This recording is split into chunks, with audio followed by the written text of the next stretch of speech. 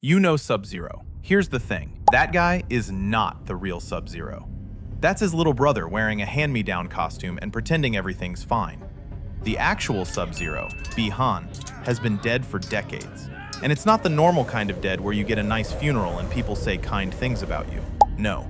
Bi-Han got the Mortal Kombat special, murdered by a vengeful ghost, dragged to hell, and then resurrected as a shadow demon who's basically the personification of a bad day. And it was all his fault. This is the tragedy of Sub-Zero. Let's start at the beginning. Bi-Han wasn't born in some mystical ice palace.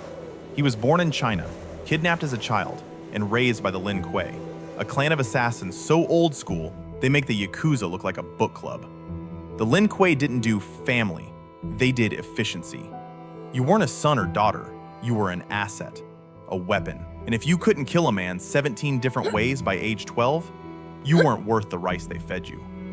Bi-Han excelled at this. He and his younger brother, Kuai Liang, were both blessed, or cursed, depending on how you look at it, with cryomancy, ice powers.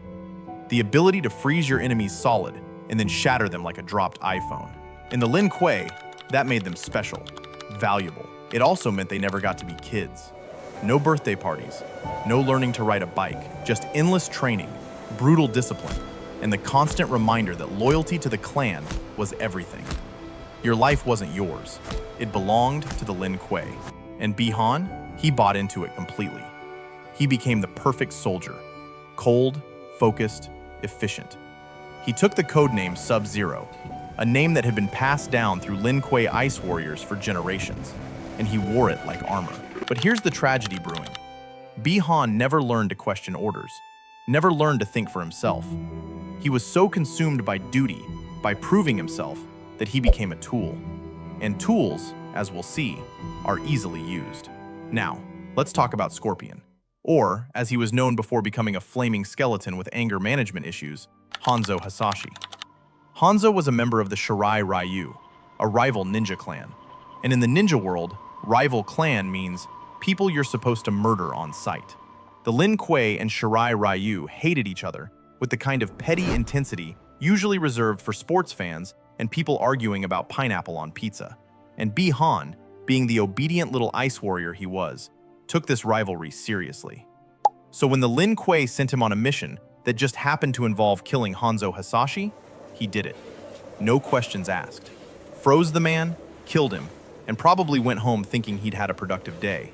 He had no idea he'd just signed his own death warrant. But we'll get to that. Now we arrive at the turning point.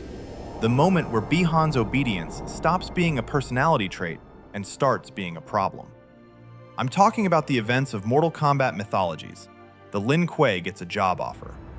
A sorcerer named Quan Chi needs someone to steal an amulet from a temple. Simple smash and grab, except the temple is guarded by a literal god. The amulet is one of the most dangerous artifacts in existence, and Quan Chi is, and I cannot stress this enough, obviously evil. Quan Chi looks like a demon, talks like a demon, has the energy of a used car salesman from hell trying to get you to sign up for an extended warranty on your soul. But does Bi-Han question this? Does he say, hey, maybe we shouldn't work for the guy who looks like he bathes in the blood of the innocent? No, because the Lin Kuei took the job, and Bi-Han follows orders. So he goes to the temple, fights his way through demons and gods, and he gets the amulet. Mission accomplished, right? Wrong. Because that amulet, it wasn't just any amulet. It was the key to releasing Shinnok, a fallen elder god who'd been imprisoned for trying to conquer the realms. Stealing it didn't just make Bi-Han a thief, it made him complicit in an apocalyptic event. And here's the cruel irony. Bi-Han didn't even keep the money. He gave the amulet to Quan Chi, collected his payment, went back to the Lin Kuei, and filed it under Thursday. He had no idea he'd just helped kickstart the end of the world. This is the moment. This is where Bi-Han lost his soul. Not literally, not yet, but metaphorically. He crossed a line he didn't even know existed because he was too busy following orders to look at the map. The Lin Kuei taught him to be a weapon. Quan Chi taught him the cost of being one. And the universe? The universe was about to send him the bill. Fast forward to the first Mortal Kombat tournament. Bi-Han gets an invitation. The Lin Kuei sends him to represent them. It's a fighting tournament on a mysterious island hosted by a sorcerer, with the fate of Earthrealm hanging in the balance. Sounds legit. Bi-Han shows up, does his thing. He's fighting monks, movie stars, and a guy with 4 arms. He's confident, skilled. He's Sub-Zero, the ultimate assassin, the Lin Kuei's finest weapon. And then he runs into Scorpion. Except Scorpion isn't Hanzo Hasashi anymore. He's a specter. A revenge ghost powered by pure hatred and hellfire. He died, woke up in the Netherrealm, got offered a deal by Quan Chi, because of course it's Quan Chi again, the man is everywhere, and came back with one singular purpose: kill Sub-Zero. Now here's where it gets interesting. Bi-Han has no idea why this flaming skeleton is so angry at him. In his mind, he killed Hanzo on a mission years ago. Just business, nothing personal. He probably doesn't even remember Hanzo's face. But Scorpion? Scorpion remembers everything. His family, his clan, the cold. And he doesn't want an explanation. He doesn't want context. He wants blood. They fight. And honestly, Bi-Han never stood a chance. Not because he wasn't skilled, he was. But because you can't fight karma.